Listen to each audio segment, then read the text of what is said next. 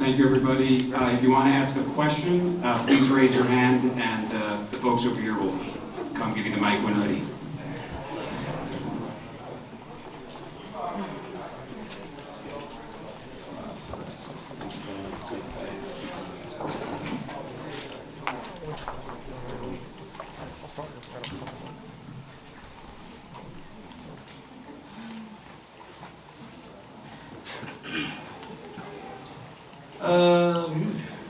Where did we start? Well, the night was the night I expected. Obviously, it didn't go the way I expected it to go. Nevertheless, we train, we prepare, we do everything we can do to give y'all everything that we just gave y'all. And I hope that you guys got everything that you expected to get from this fight between Showtime, Shawn and Terence Crawford. It's hard because I am so competitive that I'm very proud of him and for him and the job that he did tonight. And it's really hard for me to just go away. I want to fight again. I want to fight right now. It was the same thing when I fought Spence. When my name wasn't called as the winner, I wanted it the same night. And I know it's going to take some time for this feeling to go away. And as this feeling goes away, I'll probably be more proud of myself and everything that I did through the course of the night. But here we are. Not where I expected to be tonight. So with that said, I'll allow you guys to ask me whatever you want to ask. And Kevin. Shawn, how badly were you hurt at the finish there, and did you disagree with the stoppage or agree with it? You know what? I understand my dad's position, and he saw. I took too many shots right there, clean, and it's not the Porter way. That's not what we do. It was bad defense. Hands were down, and I think part of me is just wanted to get back and was careless, and then the other part of me was a little out of it and not able to defend myself quick enough. Again, I understand what my dad's position was there, and I didn't expect it though. But when I saw it, I was okay. Shawn, one last thing, and maybe Kenny, you can chime in. How do you think Crawford would do with Spence if that were his next fight? How do you think that they would match up? You were in there with him. Terence is, everything, you kind of use that word different, and different describes the way somebody is, and you're not really being able to describe exactly what they are, so you say that they're different, and that's exactly what Terence Crawford is to boxing. He's different. It's like you can't really pick up everything that it is that he does. You just know that he does everything more than exceptionally well. I felt like in the fight with Spence Jr. going 12 rounds, I felt like it was not as tough as fighting Terence Crawford. So hopefully that answers that. Kenny, you want to answer that? Shawn, take us through a little bit of the 10th round as you came out. How did you feel you were doing on the scorecards? And just take us through that a little bit. What's up, TC? I wasn't quite sure actually, and I think this is one of the first fights that my dad he didn't have the, you're up, you're down. We didn't have any of those conversations. We literally going round by round. My dad did an excellent job in the corner. Gave me some really good instruction and some really good adjustments to make as well. I think my execution was there, but my consistency wasn't there. But through the 10 rounds that we had gone, I really wasn't sure where the score was. There were some rounds that I felt like were definitely mine, and then there were some other rounds where, I get hit a little bit more than usual against Terence Crawford. So, I automatically feel like, that's not my round. So I really wasn't sure where the score was, and my dad didn't really give me a score. I think he was more so focused on let's take this round by round. And let's stay focused and let's beat this man. And we didn't get it tonight.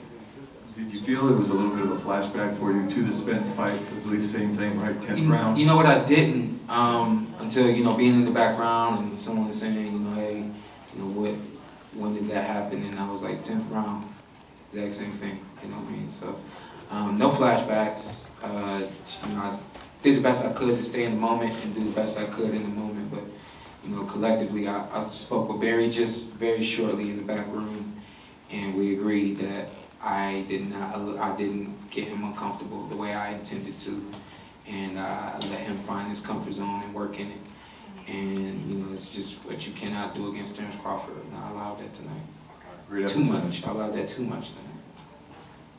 I got 2 questions, Bob. First of all, you've been with Terence Crawford a very long time. What would you rank this in terms of the difficulty of fight that Terence had tonight, Bob? You know, I looking back on his whole career, I would say this is the most difficult. Kenny, I have one more question for you. I saw the highlights. We didn't get to really see the exchange. What were the first words you told your son after you entered the ring? Because you were pretty adamant as the second knockdown happened. I saw you immediately jump up to the ring post that you wanted the fight stopped. So as you got to Shawn, what words were exchanged between you two? That's it. That's it. I said, that's it. We're done. That's it. Did he argue with you at all? No, there was no argument. He was more within himself, mad at himself, not mad at what I was saying to him. Like, he was kind of stuck in this, there. As he went down and he, slammed his hands on the canvas, he's pissed at himself, not at me. No, so. Shawn, over here. In the beginning, he started off fighting conventional, and then he switched to his regular southpaw situation. How did you assess that as you were going into the fight? Were you able to deal with that properly in the beginning? Yeah, well, you know what, we trained basically southpaw for him. We knew that a majority of the fight by him would be fought southpaw, and we know that that's where his comfort zone is as a southpaw. So there were a few times where he switched during the fight, and there was no thing. I think we handled that accordingly the way we always do. And the switch really wasn't a problem. I think it was just more so me. I was a little hesitant tonight, and I don't think I kept my foot on the gas pedal enough.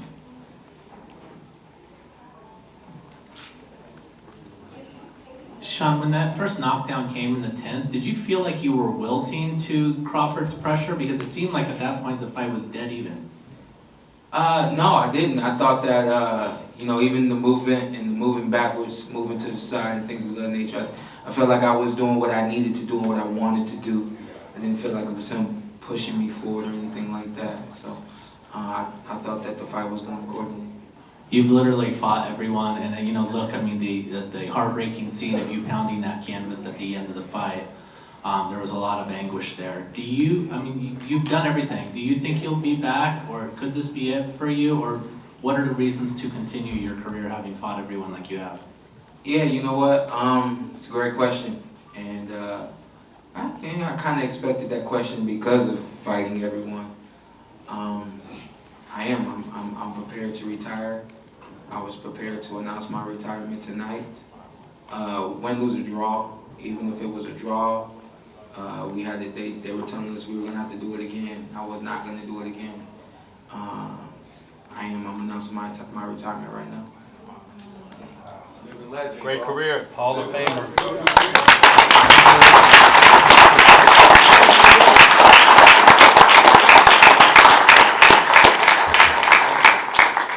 One of the guys I admire in this sport is Andre Ward, and I heard he had me up on the scorecard, so shout out to Andre Ward.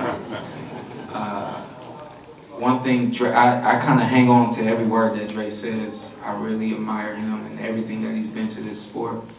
And we were in the back room about to do Tyson Fury, Deontay Wilder 3. Someone comes up to him, all of the talk about Ward Canelo. And they said, "Come on, champ, you got one left in you." And he says, "Why can't I just have one more left in me?" And the guy was confused. Meanwhile, I'm like, you said it all right there. Why do I have to continue? Why can't I just have one more in me and save it? Why can't I just have one more in me?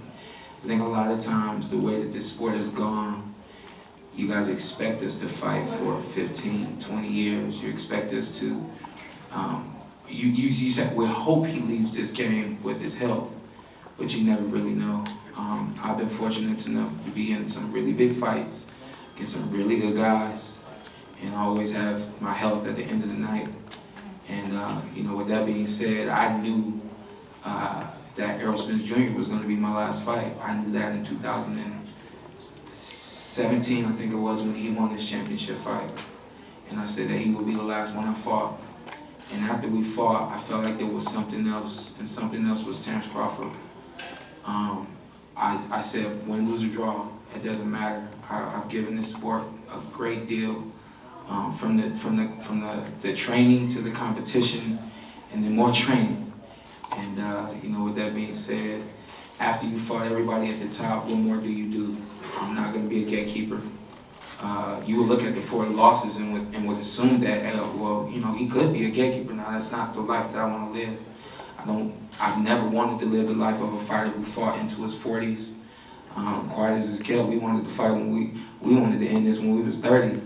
We talked about that, and 34, and now's the time.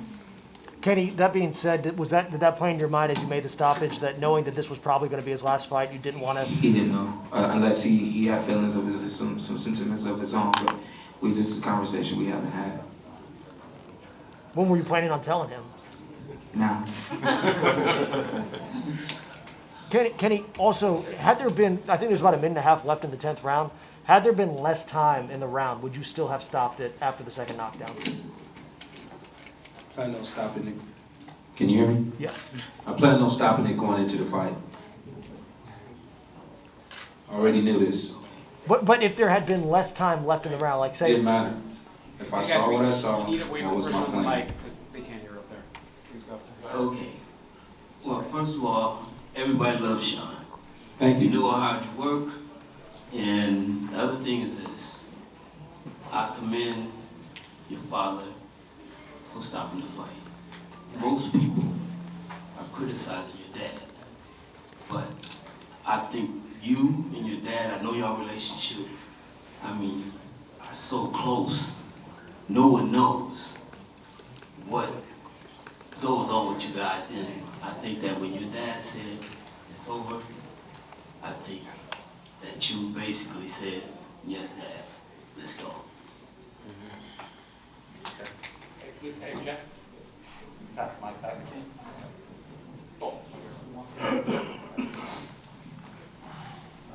ChampSIDE.com. Kenny, you had mentioned in the ring that you were not pleased with Shawn's preparation for the fight. Can you tell us what you didn't like about it?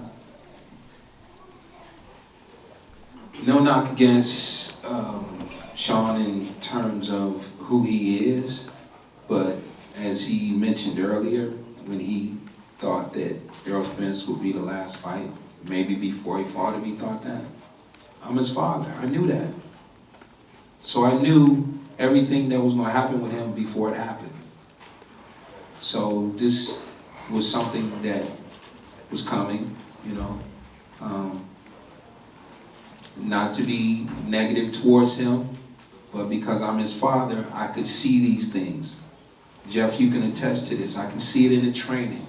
I can see it in the movements. I can see it in looking at the clock to see how long I got to be here today.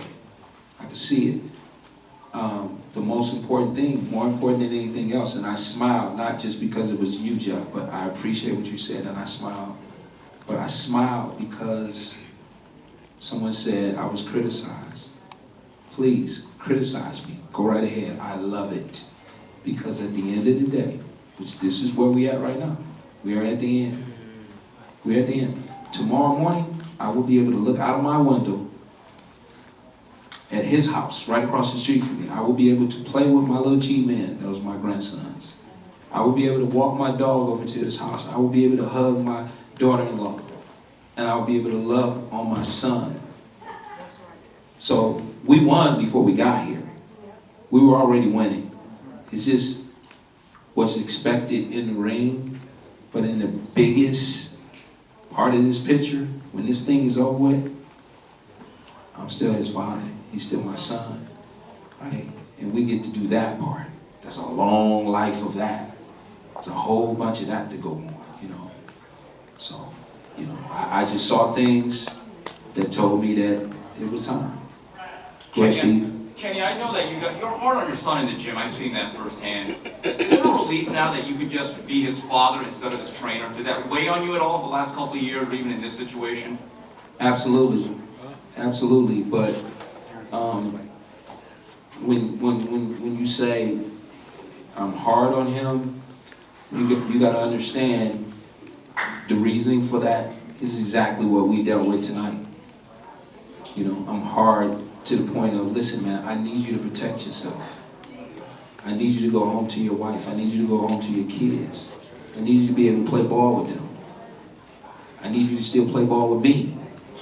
I've jumped out of airplanes with my son at 20,000 feet multiple times.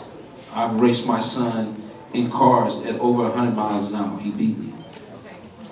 I've, you know, rode camels in the Sahara Desert with my son. I got to continue to do those things. This is just a small part of his life.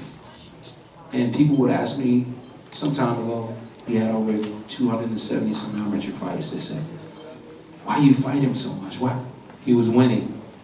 Steve, if he got hurt in fight number 3 as an amateur, we wouldn't have continued with this. He was winning, right? He may have been right in this fight, right there with the guy. It was a surprise for me that he went down, and I never seen him go like that. And then what happened after that, he got hurt again, and I saw him at a deficit. He didn't have everything it took to protect himself. And coming in here, I wasn't seeing that same thing going on, protecting himself. So the most important thing is that I'm able to walk away from here and he's safe. That's it. All right, let's give a round of applause. Thank you, Shawn. Thank you, Kenny. Let's give a round of applause to a great